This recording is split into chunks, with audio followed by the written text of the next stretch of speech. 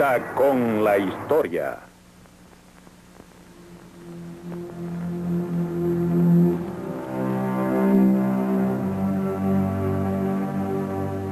¿Cómo se convierten los seres humanos en lo que son?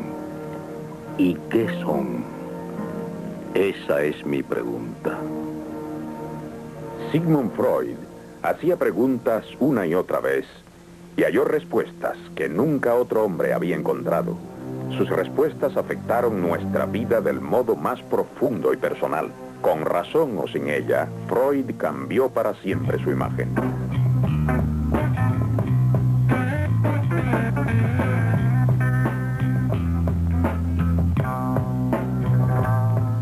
La humanidad siempre reconoció su aspecto espiritual. Yo tuve que demostrar que también había instintos.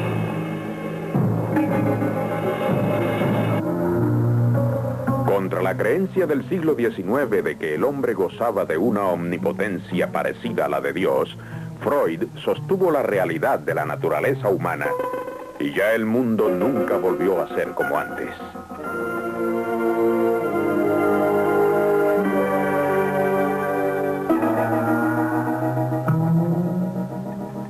El trabajo de mi vida fue explorar la mente subconsciente del hombre.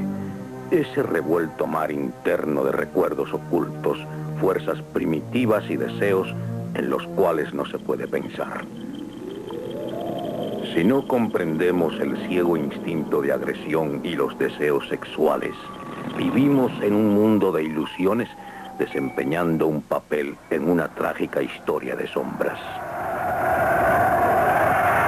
El estudio de la mente subconsciente trajo a la luz hasta el último elemento humano en nuestra naturaleza.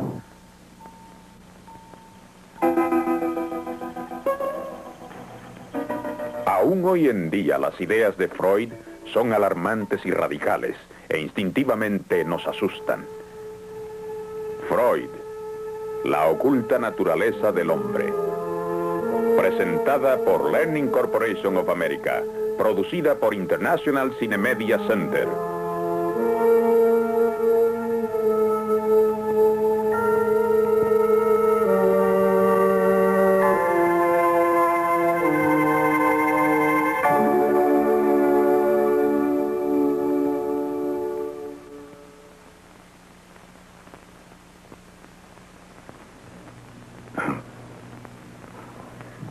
Si ustedes, señoras y señores, están ahí esperando escuchar algo sensacional o hasta procaz, pueden estar seguros de que perderán el tiempo. Me han llamado lascivo, charlatán y cosas peores, porque muchas personas le tienen miedo a mis ideas. Y cuando sienten miedo, pegan duro. Pero yo sabía que estaba destinado a perturbar el sueño del mundo.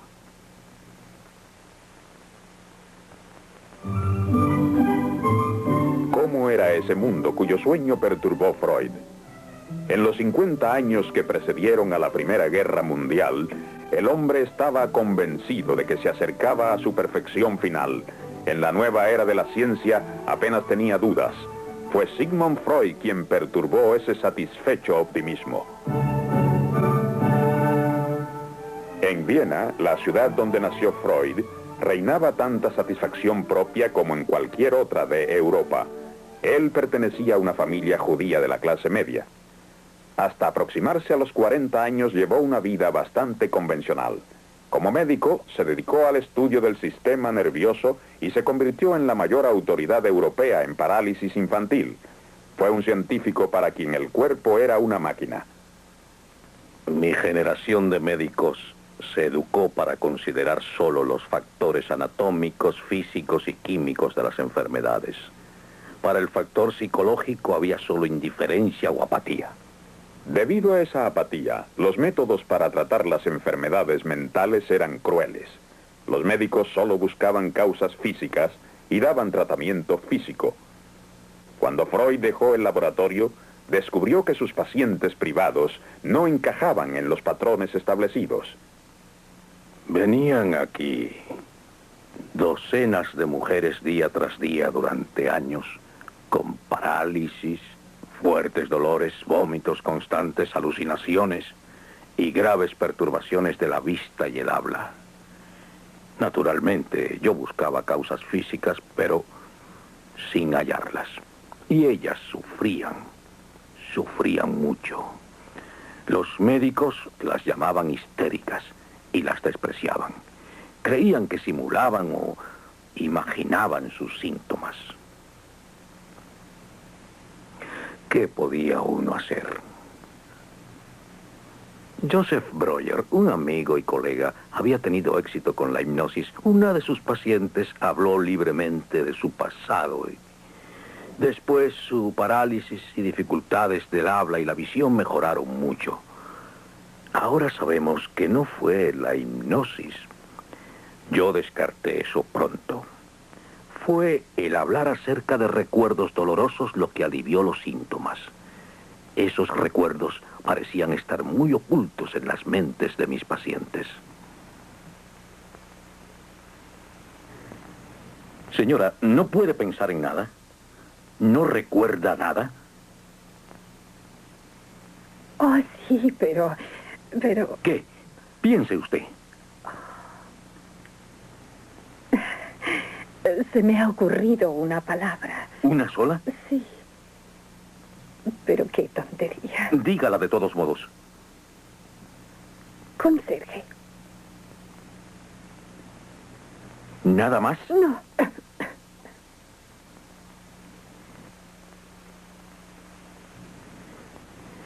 Camisón. Otra.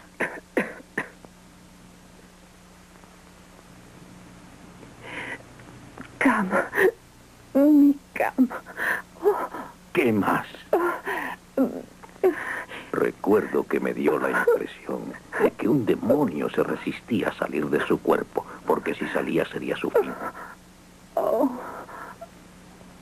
Ciudad. Ciudad. ¿Qué más? Diga. Diga. Un carromato. Siga. Siga. Siga.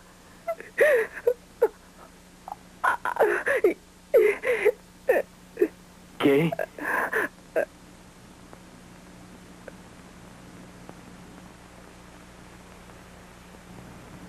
Cuando yo era niña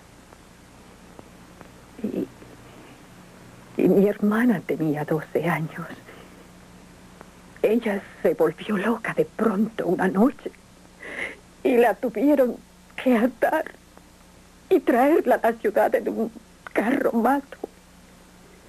Y fue el conserje quien la amarró y la trajo a la clínica.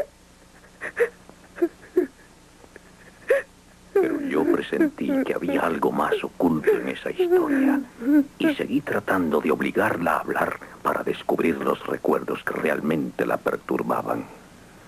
Señora, esto ha sido demasiado fácil. Estoy convencido de que eso es solo parte de la historia. Diga otra palabra. Secreto. ¿Tenía un secreto con su hermana? Yo dormía con ella. Siga. Hombre. Sí. Desnudo. ¿Quién era ese hombre que iba allí de noche desnudo? ¿Era un pariente? Sí, él era... ¿Era su...? Sí.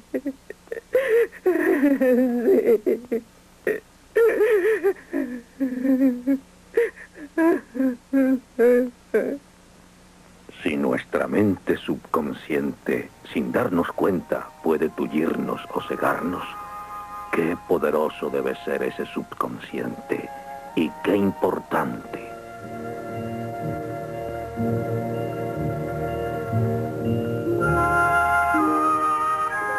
Y Freud empezó su viaje para explorar la mente subconsciente.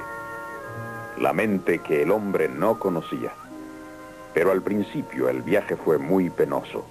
En 1896, Freud habló a los médicos de Viena acerca del origen sexual de la histeria. Reinó el silencio. Fue como si hubiera un muro a mi alrededor. El presidente fue breve. Parece un cuento de hadas científico, dijo. Luego empezaron las insinuaciones acerca de mi moral. En ese tiempo estaba seguro de que mis pacientes eran presa de recuerdos penosos reprimidos en su subconsciente y también estaba seguro de que esos recuerdos reprimidos eran sexuales, casi siempre acerca de la seducción de una niña por su padre. El doctor Breuer no quería aceptarlo. Otros doctores, los más benévolos, me desdeñaron y yo quedé solo. Luego vino una gran desilusión. Después de meses y meses de entrevistas, comprendí gradualmente que las historias de mis pacientes acerca de las seducciones eran casi siempre un invento. Eran fantasías solamente. Eso destruyó mis atrevidas teorías. Pero hay cierto patrón en la locura. La mente siempre tiene un propósito. Buscando esos propósitos, Freud miró dentro de su propio subconsciente. En esa época le temía la muerte, a los viajes y a veces hasta a cruzar la calle. Era víctima de las mismas fuerzas neuróticas que sus pacientes. Eso le dio base para sus estudios. Sin embargo, se había dejado engañar por falsas historias de seducción infantil. ¿Debía abandonar sus estudios? Ese fue un momento decisivo en su vida y en su carrera. Aún se hizo otra pregunta más profunda. ¿Cuál es el propósito de esas fantasías de seducción?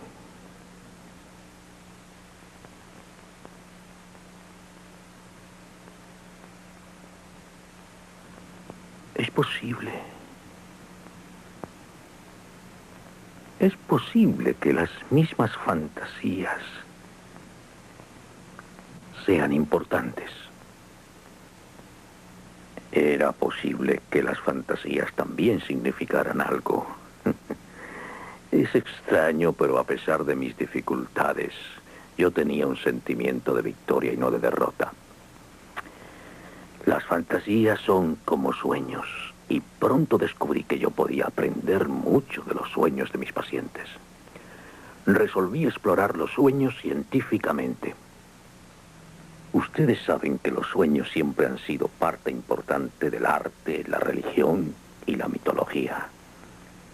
Pero la gente se indignó cuando demostré que estos eran también parte de la realidad de nuestro propio yo, una parte muy importante, porque los sueños no tratan de trivialidades.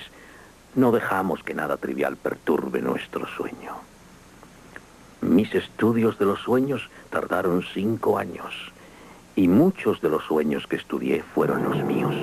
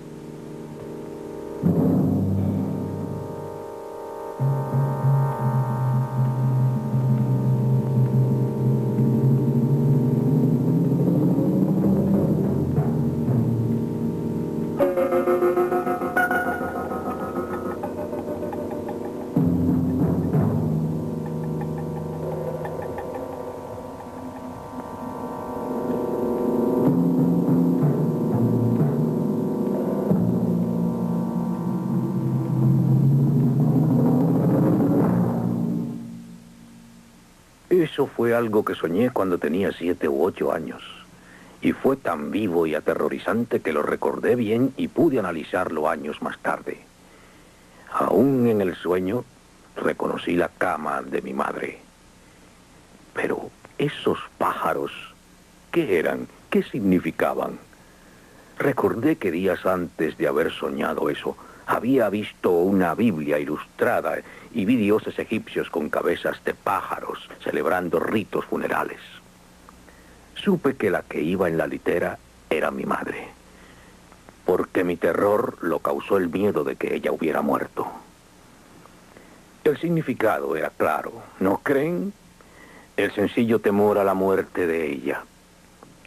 Pero eso era solo lo que llamé el sentido manifiesto del sueño, el superficial. Aún en los sueños están nuestros sensores tratando de disfrazar el significado verdadero de ese sueño. Al profundizar, descubrí que la figura de la litera era el recuerdo de mi abuelo moribundo. ¿Mi abuelo? Tal vez yo había puesto a mi padre en esa litera fúnebre. Y los pájaros significaban otra cosa. Unos días antes de soñar eso, estuve jugando con Philip, un chico vecino. Él hablaba de contactos sexuales y usó una palabra vulgar que yo no conocía.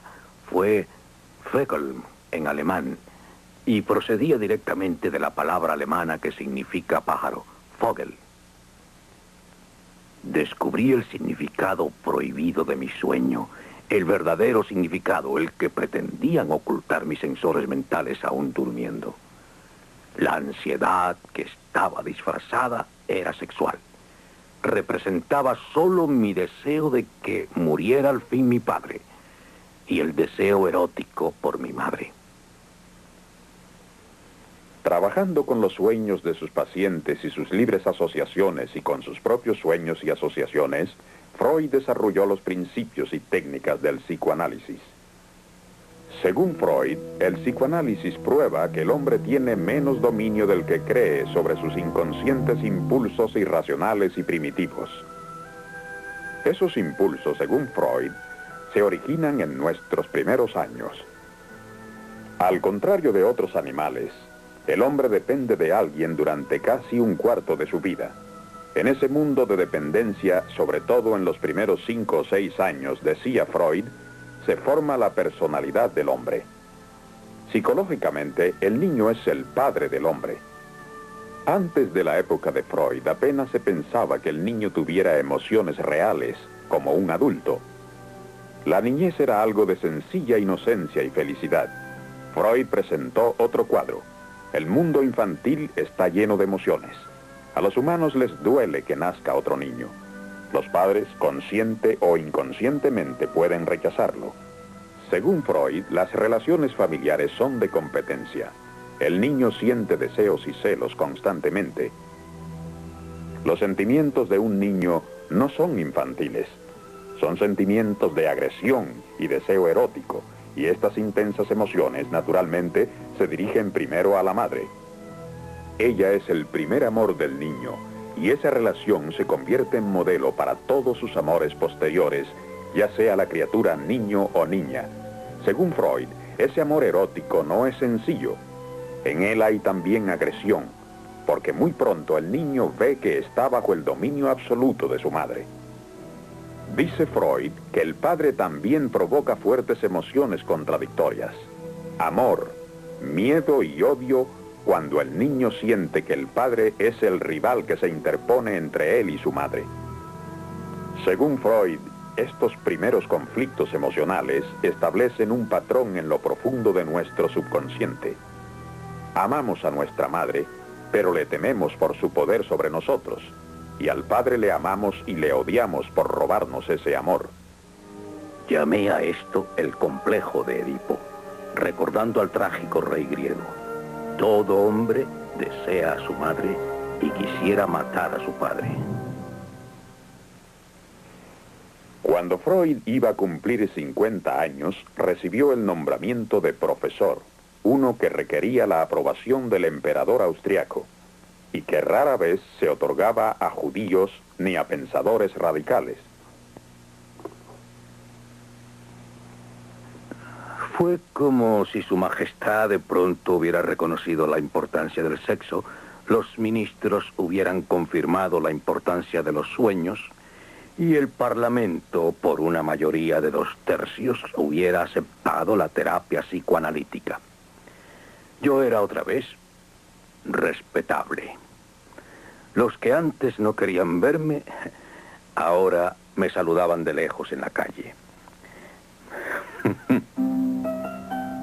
Cuando se conoció la teoría de Freud acerca de la sexualidad en los niños, se le atacó fuertemente por difamar la inocencia infantil. Pero los sentimentales de la era victoriana a menudo tenían hacia los niños actitudes retrógradas, rígidas y hasta crueles. Sobre todo gracias a Freud, vimos a los niños como seres humanos y fuimos menos sentimentales al tratarles, pero mucho más bondadosos que antes. Con sus estudios, Freud desarrolló una teoría de la personalidad humana.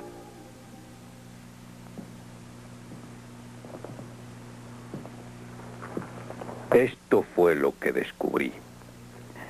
Hay el yo que creemos ser, el yo que trata de entenderse con el mundo exterior de la realidad. A ese yo lo llamo el ego. Pero el ego nunca es el amo de nuestro yo, porque constantemente nos persiguen poderosas fuerzas inconscientes interiores. Antes de que el ego se desarrolle, existe el id. Id. Id es todo lo primitivo e infantil que hay dentro de nosotros. Id es el ciego instinto del deseo sexual y la agresión. Al id se opone otra fuerza más. Es lo que llamo el superego.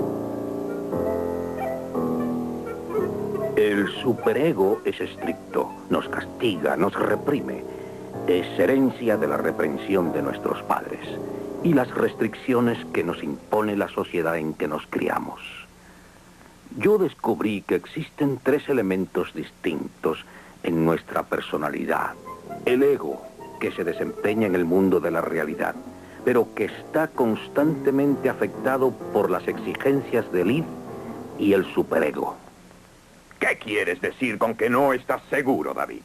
¿Se comprometió Robertson a hacerlo o no? Dilo de una vez, porque yo quiero saber si puedo contar con él. Pues la verdad es que prácticamente se comprometió y yo creo que no escribió nada. Con que no él... escribió nada, ¿eh, David? Y tú confías Pégale. en su palabra. Sí, pégale fuerte. Es igual a tu padre. Debes honrar a tu Debiste padre. pedir que Sí, lo pero- escribiera. No me interrumpas cuando estoy hablando yo.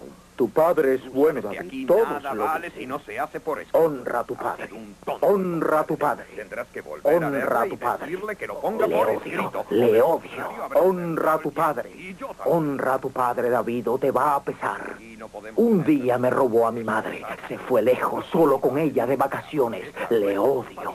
Le tengo que matar. Lo haré. Señor Peters, yo iré a ver a Robertson ahora. Gracias por dejarme explicarlo. El odio de David hacia el señor Peters está basado en su odio inconsciente a su propio padre, por sus celos infantiles, por su complejo de Edipo. Freud dice que si no se conocen esas fuerzas ocultas, estaremos condenados a vivir nuestra vida dramatizando constantemente nuestras relaciones infantiles con nuestros padres.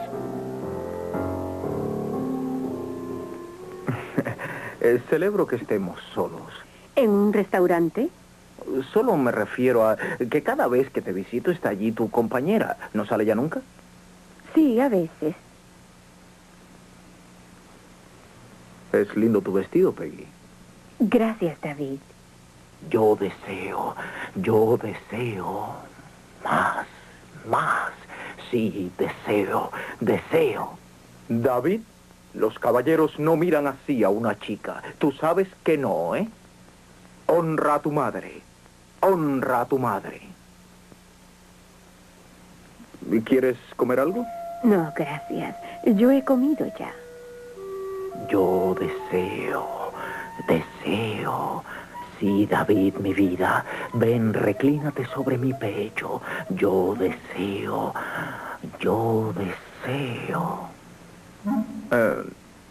Esto es aburrido, ¿no crees? ¿A dónde iríamos, David? No lo sé. ¿Qué sugieres tú? Pues podría ser a mi apartamento. Yo deseo, sí, yo deseo, sí, deseo. Honra a tu madre, honra a tu madre. David, ¿qué haces con tu hermana ahí en el sótano? Sí, de acuerdo. Pero ¿estás segura de que tu compañera ha salido? Oh, sí. Nuestra relación infantil con nuestros padres, según Freud, gobierna todos nuestros afectos posteriores y a menudo los llena de ansiedad. Sin duda, David conoce muy poco su verdadero yo. La tarea del ego es afrontar el conflicto de las exigencias de la realidad y del id y el superego conservando su verdadero yo. La lucha entre el id y el superego puede ayudarnos a desarrollarnos y a progresar como individuos, pero solo si reconocemos esa lucha y la comprendemos. Si no logramos comprender esos salvajes demonios que viven en nosotros, seremos esclavos de nuestros impulsos y emociones inconscientes y víctimas de nuestro pasado. Nuestra vida de adulto está profundamente influenciada por las emociones primitivas de nuestros primeros años. Esta idea revolucionaria en los tiempos de Freud es básica para que el hombre se comprenda a sí mismo y comprenda su civilización. El conocimiento de esas poderosas fuerzas de nuestro subconsciente puede asustarnos, pero también puede libertarnos. Porque así al menos comprendemos el origen de nuestros actos irracionales. Al descubrir esos orígenes, Freud no se volvió cínico con relación al hombre. Hizo del hombre algo comprensible, sin hacerle despreciable.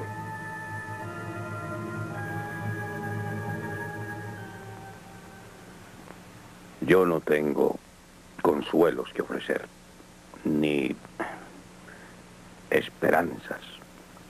Les ofrezco solo una libertad limitada, verse libres de la ilusión y de la infantil esclavitud con el pasado. Les ofrezco algo que es muy difícil de conseguir,